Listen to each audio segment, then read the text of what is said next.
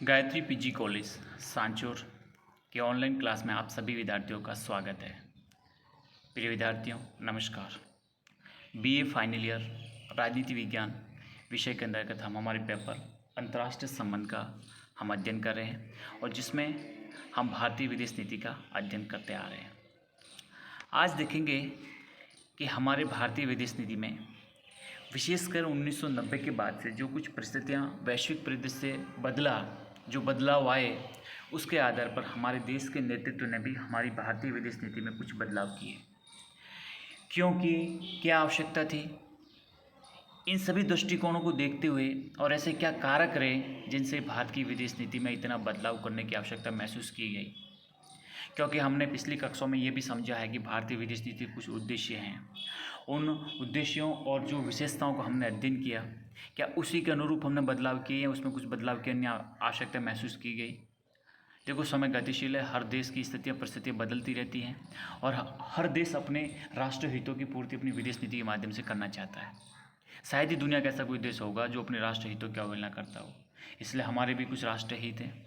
और दूसरा, आप देखते हैं कि कुछ ऐसा वैश्विक दृष्टिकोण बदला जो आफ्टर 91 और बिफोर 91 के बाद में जो वैश्विक दृष्टिकोण पे यहाँ समझ सकते हैं 1990-91 से पहले सैनिक शक्ति, परमाणु शक्ति, इन पे सबसे ज़्यादा हर देश ध्यान देता था। लेकिन आफ्टर 91 के बाद में देखते हैं कि भारत जैसे देश या अन्य देश हैं, अब वो या कोई भी दुनिया में भी आप देखेंगे कि एक मतलब जो शक्ति के लिए संघर्ष है वो कम होता गया और उसकी जगह पर वहाँ पर किस प्रकार की व्यवस्था का हो गया सबसे ज़्यादा प्रबल था आर्थिक शक्ति। हर देश अपने आर्थिक संसाधनों पर, अपने आर्थिक हितों पर बल देना शुरू किया, एक आर्थिक महाशक्ति के रूप में अपने आप को उभारना शुरू किया, ज़्यादा से ज़्यादा शक्तिशाली बनकर विश्व के सामने आना शुरू हो गया केवल आर्थिक शक्ति के रूप में। तो भारत ने भी ये सब कुछ बदलाव किए, कुछ हमारे देश की ऐसी कंडीशन सब कुछ देखते हुए ये बदलाव किए। तो ऐसे क्या बदलाव हुए, ऐसे बदलाव के क्या क्या कारण थे, अब हम समझते हैं। तो कुछ महत्वपूर्ण कुछ कारक थे। पहला अपन कारक देखते हैं कि सोवियत संघ का एक राष्ट्र के रूप में अवसान और उनसे उत्पन्न परिस्थितियाँ। देखिए, आप सभी को पता है कि द्वितीय विश्व युद्ध के बाद दो बड़ी महाशक्तियाँ थी, एक अमेरिका और दूसरा सोवियत संघ। सोवियत संघ जो 1917 में लेनिन के द्वारा जो क्रांति हुई उसके बाद में स्थापित हुआ और अब समझते हैं कि 1924 में लेनिन की मृत्यु हो गई। फिर 1924 से लगाकर 1953 तक इसका नेतृत्व रहा था स्टालिन के पास। ठीक है, तो एक सोवियत संघ जो शक्तिशाली राष्ट्र था, दोनों देशों के मध्य आफ्टर सेकेंड वर्ल्ड वॉर के बाद में दोनों महाशक्तियों के मध्य शीत युद्ध प्रारंभ हो चुका था। दोनों देशों के लगभग 1945 तक शीत युद्ध चलता रहा। तो अब शीत युद्ध का इसमें परिणाम ये हुआ कि धीरे धीरे सोवियत संघ धराशायी हो गया, सोवियत संघ का पतन हो गया। सोवियत संघ से कुछ राज्य निकलकर स्वतंत्र राष्ट्रों का राष्ट्रकुल बना दिया। अब पहले जैसी शक्ति सोवियत संघ नहीं रहा। और जब भारत का आपको पता है कि भारत स्वतंत्रता से ही सोवियत संघ की तरफ अपना झुकाव रखता था, भले ही गुटनिरपेक्ष राष्ट्र था लेकिन उसका झुकाव किसकी तरफ था, सोवियत संघ की तरफ था। लेकिन जब 1990 के पास आते आते सोवियत संघ पूरी तरह से बिखर चुका था, कमज़ोर हो चुका था, उसके पास किसी प्रकार की शक्ति अब नहीं रही थी। ठीक है, तो सोवियत संघ का जब अवसान हो गया तो भारत के लिए बहुत बड़ी चुनौतियाँ आई और अब उसमें एक निर्णायक घड़ी आ गई, अब क्या करें क्या ना करें। फिर आप ये भी देखते हैं कि 1990 के बाद में हमारे देश की आर्थिक हालात भी बहुत खस्ता हो गई थी। हमारे पास विदेशी मुद्रा भंडार भी बहुत कम हो चुका था। अब ऐसी परिस्थिति में क्या करें, तो आपको पता होगा कि हमने अमेरिका से सहायता ली। अमेरिका ने भी IMF और वर्ल्ड बैंक इनसे अपनी शर्तों के आधार पर कहा कि पहले आप अपनी जो आपकी जो अर्थव्यवस्था है उसको खुली अर्थव्यवस्था के रूप में तब्दील करो, उसको बदलाव करो, उदारीकरण अर्थात ग्लोबलाइजेशन, भूमंडलीकरण को स्वीकार करो, लाइसेंस पद्धति ये सब कुछ ख़त्म करो। ठीक है, और सरकार का जो हस्तक्षेप है उसको कम करो। इस प्रकार का ये हमने मतलब हमारे ऊपर एक प्रकार की कंडीशन ये आई कि हमको धीरे धीरे 1991 में तत्कालीन PV नरसिंह राव सरकार के वित्त मंत्री हमारे मनमोहन सिंह जी थे और उन्होंने फिर हमारे देश की आर्थिक व्यवस्था में बहुत बड़ा बदलाव किया है, नई आर्थिक नीति को लागू किया। तो अब ऐसे आर्थिक नीतियों में हमने काफ़ी कुछ बदलाव देखे और आपको पता होगा कि जब हमने अमेरिका से संबंध बढ़ाने शुरू किए तो अमेरिका ने आसियान से, इजराइल से, इनसे संबंध बढ़ाने के लिए भी भारत पर दबाव बनाया। तो काफ़ी कुछ स्थितियाँ बदल रही थी। तो बदलते दौर में विदेश नीति में बदलाव करना भी आवश्यक हो गया था। सेकंड मानते हैं कि पंजाब और कश्मीर में पाकिस्तान द्वारा प्रायोजित आतंकवाद। देखिए, आपने देखा होगा 80 के दशक में जिस प्रकार से पंजाब आतंकवाद से ग्रसित रहा, और ये पूरी तरह से पंजाब में आतंकवादी जो गतिविधियाँ थी पाकिस्तान द्वारा प्रायोजित थी। पाकिस्तान सब कुछ हथियार मुहैया करा था, सब कुछ सपोर्ट पाकिस्तान का मिल रहा था। और फिर कश्मीर में आप सभी को पता है कि कश्मीर में कि मतलब यूँ समझे कि आज़ादी से ही कश्मीर में पाकिस्तान इस प्रकार के अनर्गल तरीके से आतंकवाद को प्रोत्साहित करता रहा है। तो पंजाब और कश्मीर में जो आतंकवाद हो बढ़ा रहा है पाकिस्तान, तो इससे भी हमारे देश की आंतरिक सुरक्षा को बहुत बड़ा खतरा महसूस हो रहा था। तो इसमें भी कुछ निर्णायक कदम उठाने जरूर थे। विश्व के देशों को, विश्व के लोकतांत्रिक देशों को अपने साथ लेना जरूरी था कि पाकिस्तान पर दबाव बनाए, पाकिस्तान पर एक इतना प्रेशर क्रिएट किया जाए ताकि इस प्रकार की हरकतों से वो बाज आ जाए। तीसरा है कि कश्मीर मुद्दे पर संयुक्त राष्ट्र संघ की जो कार्यसूची है उससे बाहर रखने के लिए आवश्यक सहयोग। कश्मीर मुद्दे को हम संयुक्त राष्ट्र संघ में ज़्यादा घसीटना नहीं चाहते हैं, जबकि पाकिस्तान इस मुद्दे को हर साल अधिवेशन में इस मुद्दे के ऊपर चिल्लाता रहता है, अपना रोता रहता है। इसलिए हमें भी एक अंतर्राष्ट्रीय सहयोग की आवश्यकता है कि हम इस मुद्दे को वापस कार्यसूची से बाहर करें। फिर आपको ये भी पता है कि शीत युद्ध की समाप्ति में सोवियत संघ का जब पतन हो गया तो दुनिया में एकमात्र महाशक्ति कौन बना? अमेरिका। और अब जो दुनिया है वो यूनिपोलर वर्ल्ड के रूप में जानी जाने लगी, मतलब एकल ध्रुवीय विश्व व्यवस्था के रूप में देखा जाने लगा। इसमें निर्णायक अमेरिका बनकर है। अब अमेरिका जैसी शक्ति किसी के पास नहीं थी और अमेरिका को चुनौती देने वाली शक्ति भी किसी के पास नहीं थी।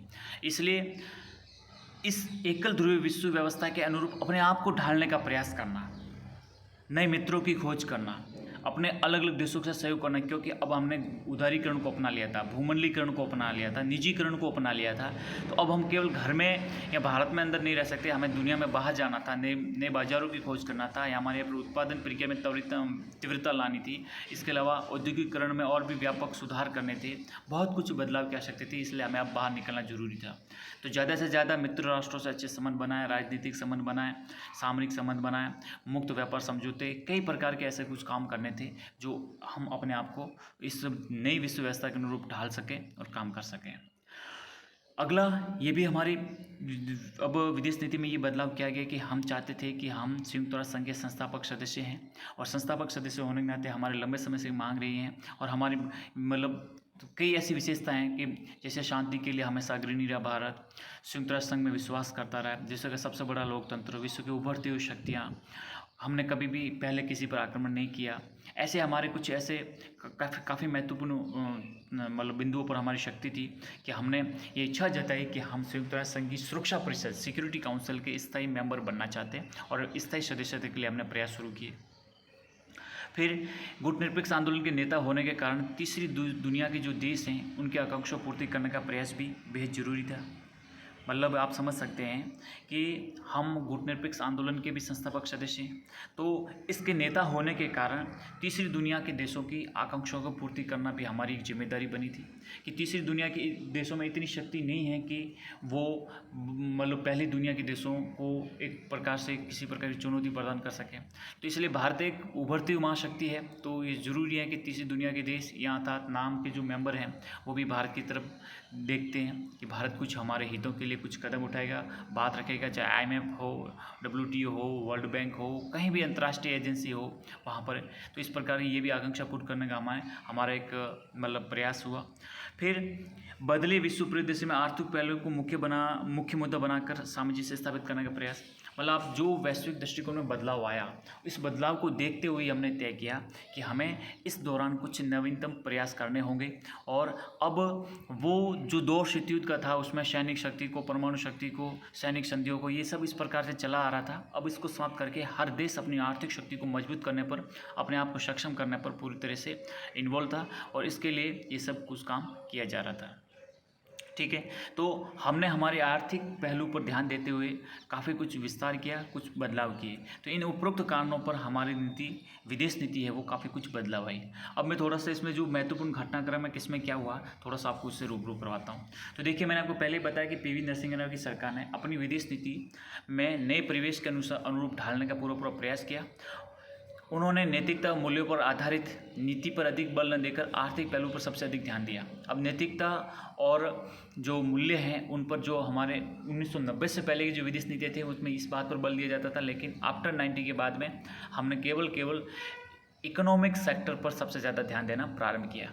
पिछले 40 वर्षों तक द्विपक्षीय संबंध नहीं के बराबर रहने के बावजूद हमने इजराइल के साथ राजनयिक संबंध स्थापित किए तथा परंपरागत नीति में परिवर्तन कर संयुक्त राष्ट्र संघ के में आप देखेंगे कि जो लॉकरी और टैनर विमान विस्फोट के लिए जिम्मेदार लीबियाई आरोपियों को सौंपने के अमेरिका और फ्रांस ब्रिटेन के प्रस्ताव में हमने मतदान दिया, जो पहले इस प्रकार कभी नहीं किया था। हमने अब अमेरिका के नज़दीक पहुंच रहे हैं। भारत तथा पश्चिम एशिया संबंधी नीति में परिवर्तन का संकेत तब मिला जब हाल में उसने संयुक्त राष्ट्र संघ के 1975 के इजराइल विरोधी प्रस्ताव को रद्द करने संबंधी अमेरिका समर्थित नए प्रस्ताव का समर्थन किया। भारत ने राष्ट्रीय हितों के अनुरूप सख्त रुख अपनाकर अरब देशों को भी इस पर संकेत दिया कि भविष्य में भारत और अरब देशों के बीच आपसी संबंध पारस्परिकता पर आधारित होंगे। भारत ने अमेरिका के साथ सैन्य आर्थिक मुद्दों पर सहमति के बाद भारत अमेरिका संबंध में व्यापक सुधार की प्रक्रिया शुरू हुई। मार्च 2000 में अमेरिकी राष्ट्रपति क्लिंटन भारत की यात्रा पर आए। 2006 में राष्ट्रपति जॉर्ज बुश भारत की यात्रा पर आए और नवंबर 2010 में राष्ट्रपति बराक ओबामा भारत की यात्रा पर आए।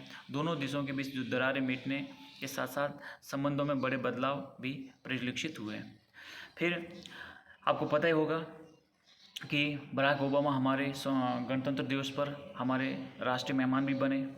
तो काफ़ी कुछ हमारे अमेरिका के संबंध प्रगाढ़ होते जा रहे हैं। वैश्विक व्यापार के नए बदले हुए परिदृश्यों में भारत ने अपने द्विपक्षीय और मुक्त व्यापार समझौतों करने की रणनीति पर गंभीरता से विचार कदम उठाए। तो हमने भी इस संबंध में जो दृष्टिकोण बदल रहा है उसके संदर्भ में, और अभी 2019 में आपने देखा होगा कि 20 में आप देखते हैं कि राष्ट्रपति ट्रंप इंडिया की भारत की यात्रा पर आए और दोनों देशों के मध्य कई प्रकार के संबंधों को मजबूत करने का प्रयास किया जा रहा है। ठीक है, वर्तमान में आप देखते हैं कि भारत ने लगभग 20 देशों के साथ मुक्त व्यापार समझौते भी किए हैं, जिसमें सिंगापुर, श्रीलंका, मॉरिशस, थाईलैंड जैसे पड़ोसी देशों के साथ द्विपक्षीय मुक्त व्यापार समझौते लेकर गल्फ कॉरपोरेशन काउंसिल जैसे मुक्त व्यापार समूह के साथ समझौते भी शामिल हैं। भारत और उसके पड़ोसी देशों के लिए जो महत्वपूर्ण एफटी हैं, फ्री ट्रेड एग्रीमेंट हैं, वह हैं दक्षिण एशियाई मुक्त व्यापार समझौता, जिसको साप्टा के नाम से जाना जाता है। सार्क देशों के मध्य जनवरी 2006 में साप्टा विधिवत रूप से स्थापित होकर क्रियान्वित हो रहा है। साप्टा अपने आप में एशिया में दूरगामी और सर्वतोन्मुखी आर्थिक और सामाजिक प्रभाव की शुरुआत करने वाला है। आर्थिक क्षेत्र में सबसे महत्वपूर्ण छलांग साबित हो सकता है। दक्षिण एशियाई क्षेत्रीय सहयोग संगठन सार्क के 8 देश भारत, पाकिस्तान, बांग्लादेश, भूटान, श्रीलंका, मालदीव, नेपाल और अफगानिस्तान, ये सार्क के 8 मेंबर सदस्य हैं। विश्व के सबसे बड़े क्षेत्र का साझा व्यापार बदलने को लक्ष्य लेकर ये आगे बढ़ रहे हैं। लेकिन पिछले 2-3 सालों के ऐसे घटनाक्रम हुए कि जहां पर पाकिस्तान इस प्रकार से आतंकवाद की घटना, जैसे आप देखेंगे कि उड़ी हमला हो, पठानकोट हमला हो, पुलवामा हमला हो, उसके बाद से भारत ने और भारत के साथ साथ अन्य सदस्यों ने इस सार्क, जो पाकिस्तान में प्रस्तावित सार्क सम्मेलन था, सभी ने बहिष्कार किया। उसी से लगभग पिछले 3 से 4 सालों से ये पूरी तरह सार्क मर्द प्राय पड़ा है। अब परिस्थितियाँ बदलती हैं, उसके बाद क्या स्थिति होती है उसके बाद देखना होगा। और विशेषकर बात करें हमारे 16वीं लोकसभा के जो चुनाव हुए और हमारे देश में नेतृत्व प्रधानमंत्री नरेंद्र मोदी के पास आया, तो आप समझ सकते हैं उसके बाद में हमारा विश्व के देशों के साथ एक जो संबंधों में बहुत बड़ी एक तीव्रता आई, एक गर्मजोशी के साथ सबके साथ संबंधों में प्रगाढ़ता आई। तो आप समझिए कि जब प्रधानमंत्री नरेंद्र मोदी का जब शपथ ग्रहण समारोह हो रहा था, 2014 की बात कर रहा हूँ, 26 मई 2014 में, तो शपथ ग्रहण समारोह में ग्रहण करने के बाद आप देखते हैं कि भारत ने सबसे पहले अपने पड़ोसियों से संबंध सुधारने पर सबसे ज़्यादा बल दिया। तो आप देखते हैं कि जो पहले जो गुजराल डॉक्ट्रिन थी, उसकी जगह उन्होंने ये जो नेबर फर्स्ट की जो पॉलिसी लाई है प्रधानमंत्री मोदी ने, कि पड़ोसी पहले से आप भूटान, नेपाल, इन देशों के साथ और हम बांग्लादेश, श्रीलंका, सभी देशों के साथ अच्छे संबंध करना इसकी मुख्य रणनीति में शामिल है। साथ ही साथ आप देखते हैं कि जिस समय पहली बार प्रधानमंत्री बने थे 2014 में, तो उस समय उन्होंने सबसे पहले जो यात्रा की थी वो भूटान की थी, उसके बाद नेपाल, फिर आप देखते हैं संयुक्त राज्य अमेरिका, म्यांमार, ऑस्ट्रेलिया, फिजी यात्रा के इन देशों में प्रवासी भारतीयों से सीधा संपर्क स्थापित किया। उन्होंने संयुक्त राष्ट्र महासभा में हिंदी में संबोधित किया। 177 देशों में 21 जून को योग दिवस मनाने के प्रस्ताव को स्वीकृत कराने के लिए प्रेरित किया। म्यांमार में आसियान के पूर्व एशिया शिखर सम्मेलन, ऑस्ट्रेलिया के G20 शिखर सम्मेलन, नेपाल के 18 सार्क शिखरों ने भारत में सक्रिय उपस्थिति अपनी दर्ज कराई। प्रधानमंत्री मोदी ने 25 सितंबर 2015 को सतत विकास के लिए 2030 के एजेंडा को अपनाने के लिए संयुक्त राष्ट्र शिखर सम्मेलन को संबोधित किया। मोदी ने 30 नवंबर 2015 को पेरिस में आयोजित जलवायु परिवर्तन में संयुक्त राष्ट्र फ्रेमवर्क कन्वेंशन के पक्षकारों को 21वें सत्र के उच्च स्तरीय खंड में भाग लिया, जहां उन्होंने जलवायु परिवर्तन वार्ताओं से संबंधित महत्वपूर्ण मुद्दों पर भारत की स्थिति का उल्लेख किया। प्रधानमंत्री मोदी ने 2015 में उफा, जो रूस में है, वहाँ आयोजित 7वें ब्रिक्स सम्मेलन और नवंबर 2015 में तुर्की के अंटालिया में आयोजित G20 के 10वें शिखर सम्मेलन में भारतीय प्रतिनिधि मंडल का नेतृत्व किया। फिर आप देखते हैं कि 13वां भारतीय यूरोपीय संघ शिखर सम्मेलन भारतीय प्रतिनिधि मंडल के नेतृत्व में जिसका नेतृत्व प्रधानमंत्री मोदी ने किया। 2016 में अमेरिकी राष्ट्रपति के निमंत्रण पर अमेरिका की राजकीय यात्रा पर प्रधानमंत्री मोदी ने अमेरिकी यात्रा की और वहाँ अमेरिकी कांग्रेस को उन्होंने संबोधित किया। फिर आप देखते हैं 2017 में पेरिस में प्रधानमंत्री मोदी ने फ्रांस के नवनिर्वाचित राष्ट्रपति इमैनुअल मैक्रों से मुलाकात की। दोनों नेताओं ने पेरिस जलवायु समझौते को लागू करने तथा आतंकवाद के खिलाफ लड़ाई में सहयोग करने पर सहमति व्यक्त की। 8-9 जून 2017 में नरेंद्र मोदी अस्ताना, जो कजाकिस्तान में है, वहाँ पर शंघाई सहयोग संगठन सम्मेलन में भाग लिया। 9 जून को भारत संगठन का स्थायी सदस्य भी बन गया। इससे पहले भारत केवल एक पर्यवेक्षक राज्य के रूप में दर्जा प्राप्त था SCO में। तो आप समझ सकते हैं भारत अपने इकोनॉमिक संबंध को स्ट्रॉन्ग करने के लिए काफ़ी देशों के साथ, काफ़ी संगठनों में अपनी सक्रिय भूमिका निभा रहा है। फिर आप देखिए नरेंद्र मोदी जून 2017 में राष्ट्रपति डोनाल्ड ट्रंप से मिले। ट्रंप से मुलाकात से पहले अमेरिका ने जम्मू कश्मीर में आतंकवाद फैलाने वाले संगठन हिजबुल मुजाहिदीन के प्रमुख सैयद सलाहुद्दीन को अंतर्राष्ट्रीय आतंकवादी घोषित किया। अमेरिका ने भारतीय नौसेना खुफिया और टोई क्षमताओं में इजाफा के लिए भारत को 22 सी गार्डियन ड्रोन बेचने की पेशकश की। मोदी इस भरोसे के साथ स्वदेश लौटे। ट्रंप भारत के साथ रणनीतिक भागीदारी कमजोर नहीं करेंगे। मोदी ने जुलाई 2017 में 3 दिवसीय अपनी इजरायल की यात्रा की।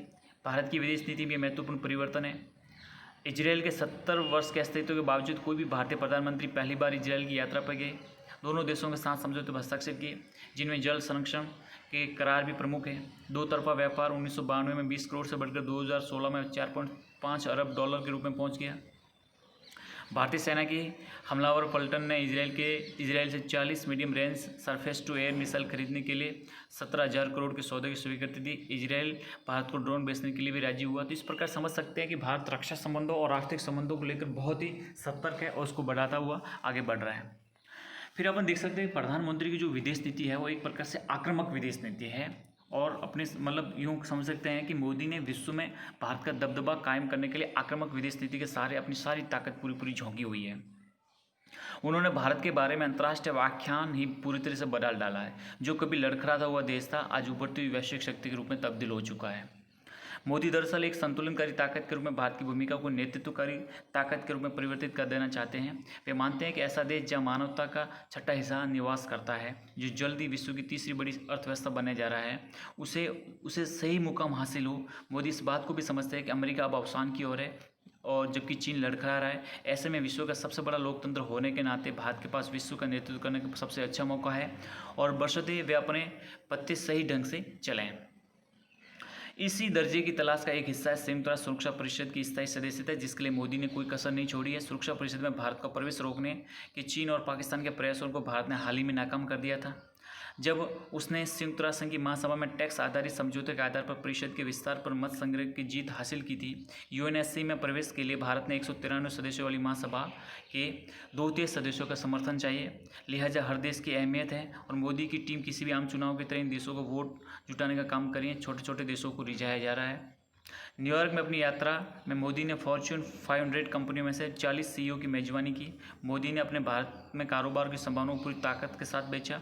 ऐसा करते वक्त उन 3D का जिक्र किया जिससे भारत दूसरे देशों की तुलना में ज़्यादा लाभ हासिल हो सकता है। डेमोक्रेसी यानी लोकतंत्र, डेमोग्राफिक डिविडेंड यानी जनसंख्यागत लाभ और डिमांड यानी मांग।